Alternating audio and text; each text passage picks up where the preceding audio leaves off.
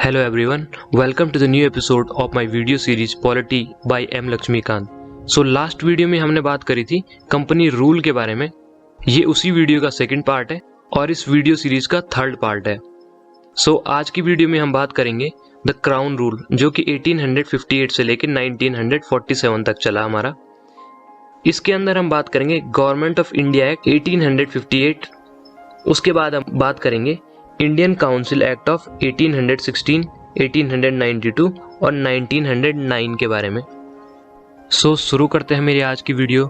मेरा नाम है अनंत और आप देख रहे हैं ई गुरुकुल NCERT स्टफ। सो क्राउन रूल शुरू होता है 1858 से और चलता है 1947 तक, जब भारत आज़ाद होता है।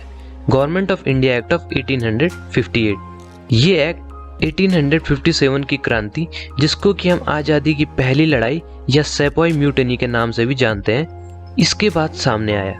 इस एक्ट को हम भारत में अच्छी सरकार के एक्ट के नाम से भी जानते हैं, क्योंकि ईस्ट इंडिया कंपनी का शासन समाप्त हो चुका था और सारी पावर ब्रिटिश क्राउन के हाथों में आ चुकी थी। इस एक्ट के फीचर के ऊपर हम नज़र डाल देते हैं। अब इंडिया ब्रिटेन की महारानी के कंट्रोल में आ चुका था। इसने सबसे पहले गवर्नर जनरल ऑफ इंडिया को वॉइस रॉय ऑफ इंडिया में बदल दिया। अब वॉइस रॉय ब्रिटेन क्राउन का भारत में सीधा उम्मीदवार था। लॉर्ड कैनिंग को सबसे पहला वॉइस रॉय बनाया गया। अब मैं आपको याद दिला दूं कि ये नाम बदलने का काम कंपनी रूल से चलता आ रहा है। रेगुलेटिंग एक्ट ऑफ 1773 में गवर्नर ऑफ बंगाल को गवर्नर जनरल ऑफ बंगाल बनाया गया था। लॉर्ड वॉरेन हेस्टिंग ऐसे पहले गवर्नर जनरल थे। फिर चार्टर एक्ट ऑफ 1833 में गवर्नर जनरल ऑफ बंगाल को गवर्नर जनरल ऑफ इंडिया बना दिया गया था। लॉर्ड विलियम बेंटिंग ऐसे पहले गवर्नर जनरल ऑफ इंडिया बने। सो आपको ये तीनों नाम याद रहने चाहिए, एग्जाम में डायरेक्ट क्वेश्चन आता है यहाँ से।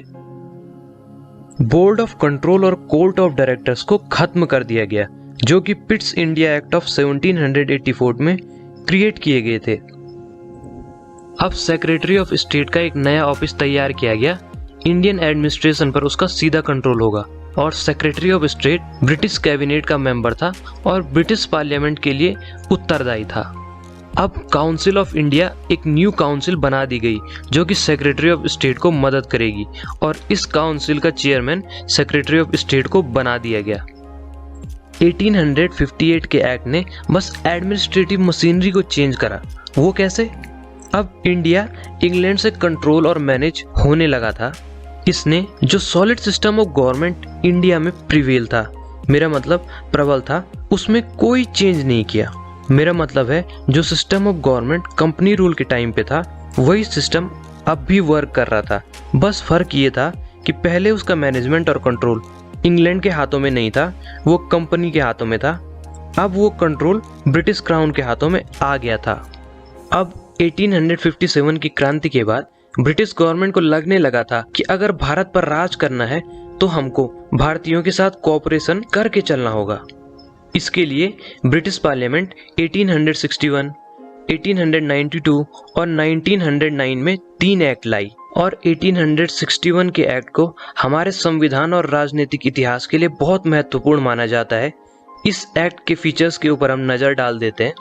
अब पहली बार इंडियंस को भी लॉ मेकिंग प्रोसेस से जोड़ा गया था। इसका क्या मतलब हुआ? इसका मतलब था कि वॉइसरॉय की काउंसिल में अब इंडियंस को भी नॉन ऑफिशियल मेंबर्स के तौर पर चुना जाने लगा। ये बेसिकली इंडियंस को खुश करने के लिए किया गया था कि हाँ, अब तुम भी गवर्नमेंट के रोल में पार्टिसिपेट कर सकते हो।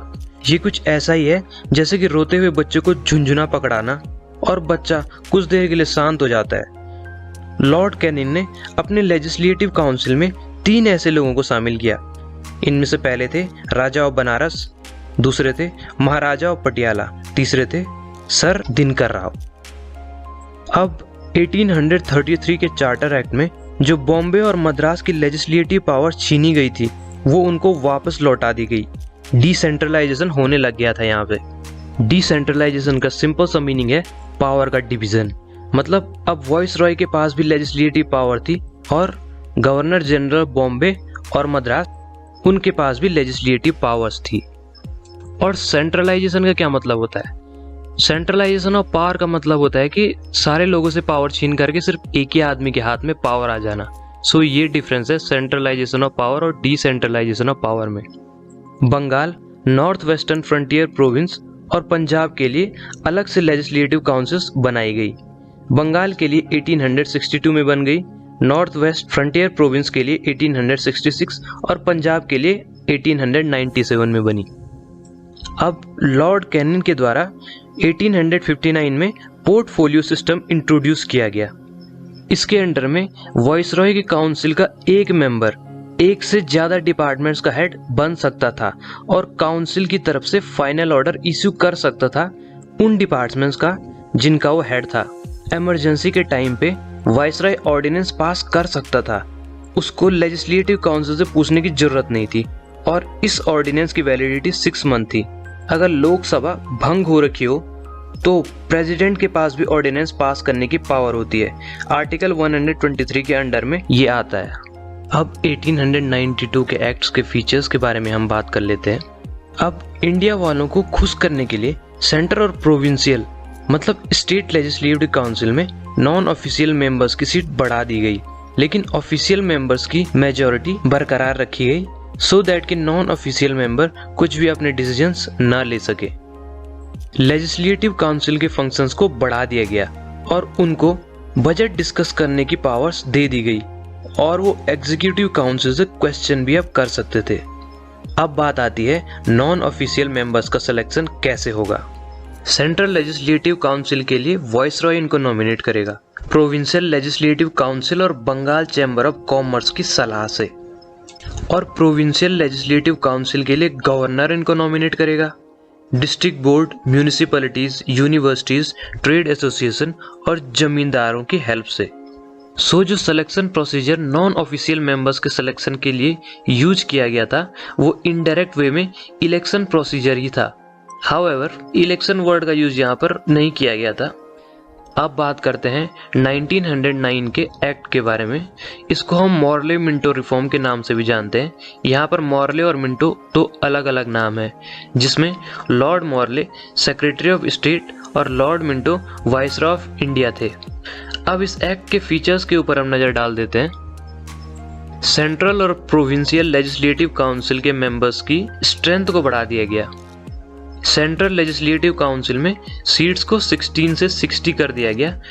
प्रोविंशियल लेजिस्लेटिव काउंसिल की स्ट्रेंथ नॉन यूनिफॉर्म थी, मतलब कि हर स्टेट के अकॉर्डिंग अलग अलग सीट्स को बढ़ाया गया था।